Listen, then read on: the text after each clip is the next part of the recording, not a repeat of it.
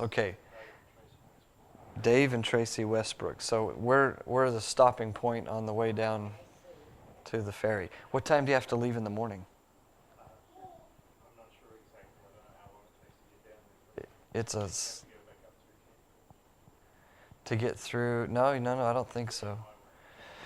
We'll talk about that, but you're looking at a good solid 9 hours of driving, 8 to 9 hours. Did you know that? Oh boy, well, we'll have coffee tonight. I'll get you good and juiced up, and we'll talk about how to get you down there. Anyway, make sure that you greet them tonight. They're headed down there to partake. Boy, am I having a good time tonight to take part in the work down there, and we appreciate you guys coming in tonight. So that's just been frantic all day from what I understand.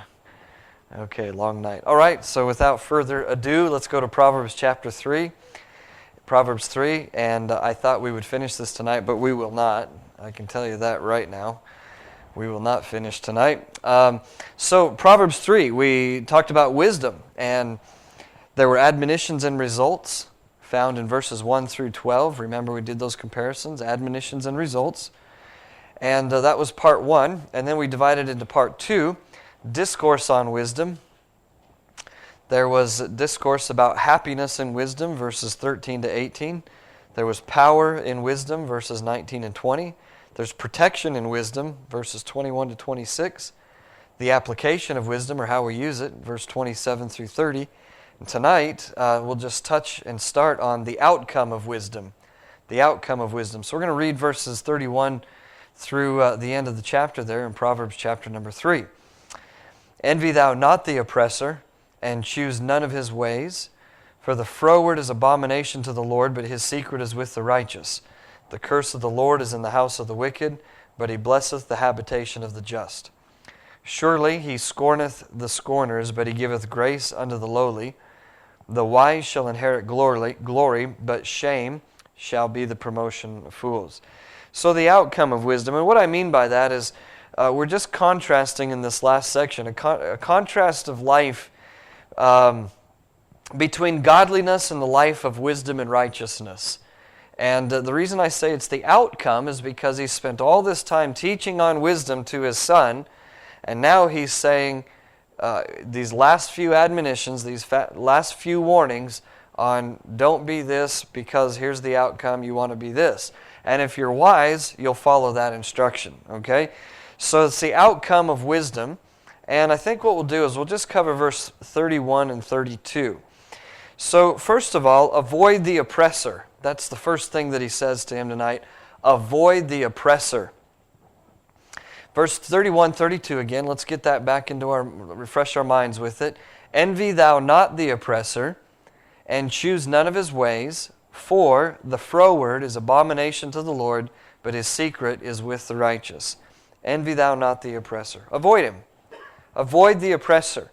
Now Solomon is admonishing his son in regards to the oppressor, and as we know, an oppressor is someone who imposes unjust burdens on others, or one that harasses others with unjust laws and unreasonable severity.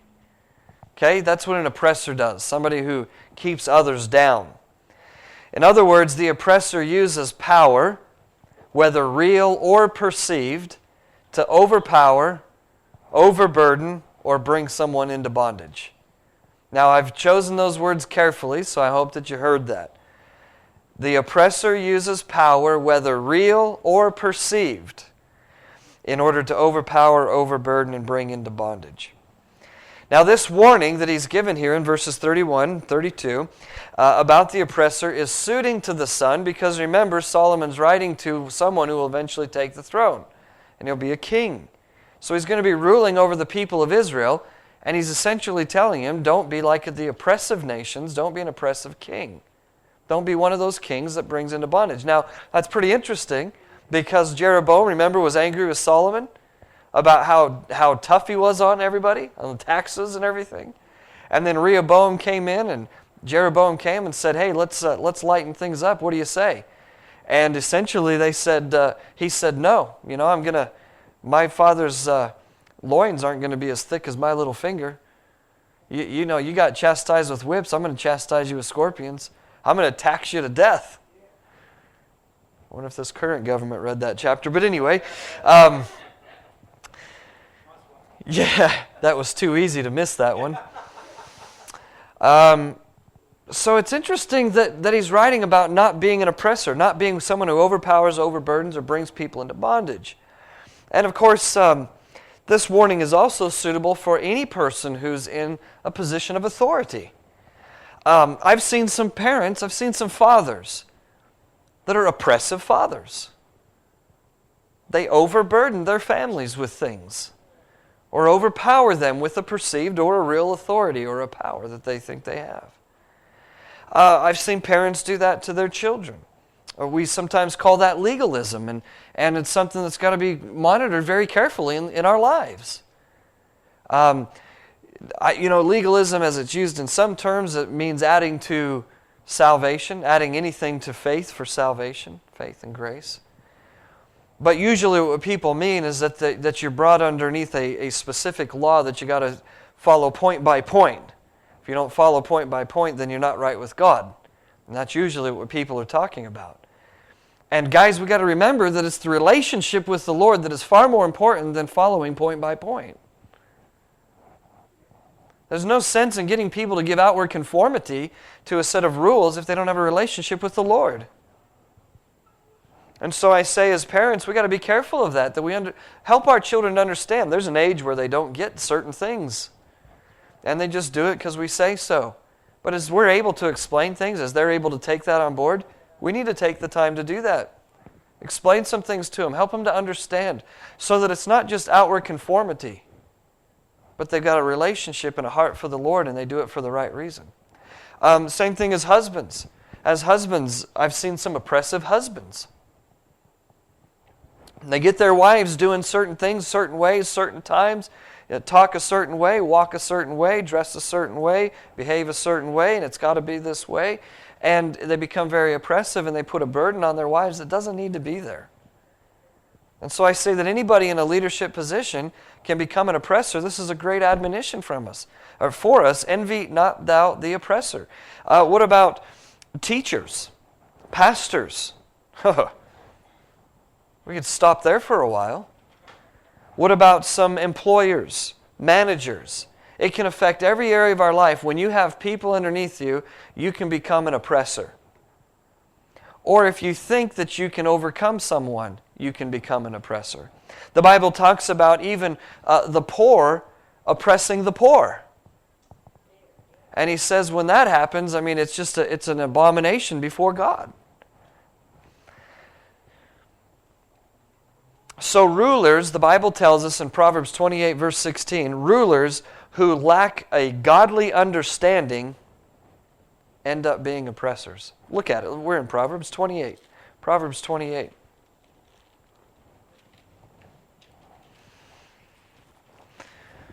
When a ruler, and can we just make application? When you are ruling over someone, when a ruler lacks godly understanding, they end up being oppressors. They have to. Because they don't have influence over people because of their own lack of godliness. Very telling about someone who's an oppressor. Proverbs 28 and verse number 16. The prince that wanteth understanding is also a great oppressor. Now it goes on and says, but he that hateth covetousness shall prolong his days, and there's a parallel thought there. But the first part of that, think about that. A prince, someone who's ruling over people that doesn't have understanding, they're lacking it, so that they lack this godly understanding that Proverbs talks about, becomes an oppressor because of their own wicked heart. That is very telling. All right, back to Proverbs chapter number 3. And you can obviously take that and start applying that and say, hang on a minute. I see what's going on in certain situations. Someone who truly has understanding in the godly sense doesn't need to oppress to have a following. People are happy to follow someone with godliness and godly influence and godly understanding. Why wouldn't you? Boy, I'd love to be underneath someone like that. Okay, so the son here then is admonished, and he says, do not envy the oppressor, and choose none None of his ways. Now see, oppressors, this is what they'll do. They'll bribe, they'll lie, they'll cheat, they'll steal, they'll shout and scream and to get people to kowtow. You know what I mean? We used to have a pawn shop in my hometown, and the pawn shop on the side of the wall, the big brick wall, it was in one of the old buildings, and the whole brick side of the wall said, I can't remember the name of the pawn shop now, but something pawn shop, and it says, "We lie, cheat, and steal." We buy, borrow, lie, cheat, and steal. At least they were honest. And it was meant to be a big joke, but everybody knows that pawn shops lie, cheat, and steal. You might as well let everybody know you know it. But this is the way the oppressor is. The oppressor's got to get on top. So it's backslapping, handshaking, eye winking, money under the table, whatever it takes to get out in front. Kiss babies, that's right. And Solomon says to his son, don't envy the oppressor and choose none of his ways. Don't try to get on top of people the way an oppressor gets on top of people. There is other ways to rise in leadership and authority. And you don't have to be someone who puts an undue burden on someone else in order to achieve authority. If God gives someone authority and they're walking with God, then they will have the position that they need, and the people that need to follow them will follow. So he says, don't desire what an oppressor has. Envy thou not the oppressor. And that's the thing. They appear to have power. They appear to have prosperity. They appear to be able to get people to follow them. So it appears this way, and of course in our own nature we think, hey, I'd like that. Solomon said, look, Rehoboam, don't do that. And I'd say to you Christians, don't do that. Don't desire what the oppressor has. Don't choose the methods of the oppressor. Don't choose the path of the oppressor. There's a better way. And of course, again, practically speaking, the oppressor appears to have power. He appears to have prosperity. He appears to be able to draw a crowd, so he has people. But biblically speaking, that's just practically speaking, biblically speaking, verse number 32 is why Solomon said, don't do this. Don't envy the oppressor, and don't choose any of his ways. Verse 32, this is the purpose, because the froward is abomination to the Lord, but his secret is with the righteous. Well, I know something then about an oppressor. An oppressor is a froward person. And that word froward means twisted or perverted. Okay?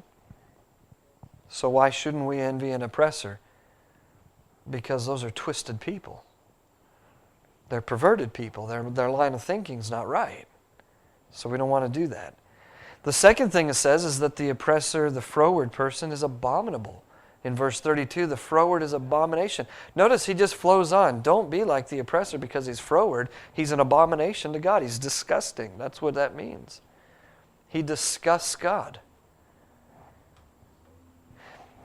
You know, a lot of people look at God and they think that God is an oppressor. That's the false God that they have in their mind. And that's the God that they say is the God of the Bible, but that's not the God of the Bible.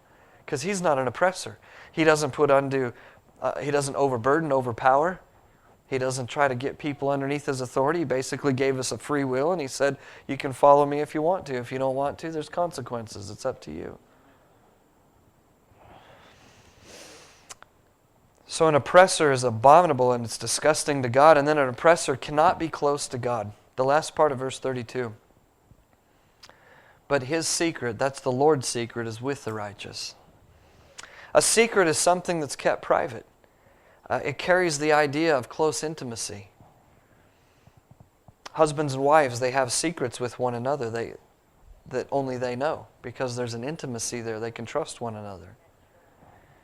On a different level, sometimes friends have a secret between one another because they have, again, on a different level, an intimacy that they can trust one another. Sometimes local churches have a secret, and I don't mean that in a wrong way, but there's a secret. There's something private in a local church that no one else needs to know about.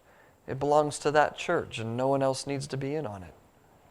And again, I'm not talking about anything bad or negative. I'm talking about just private things.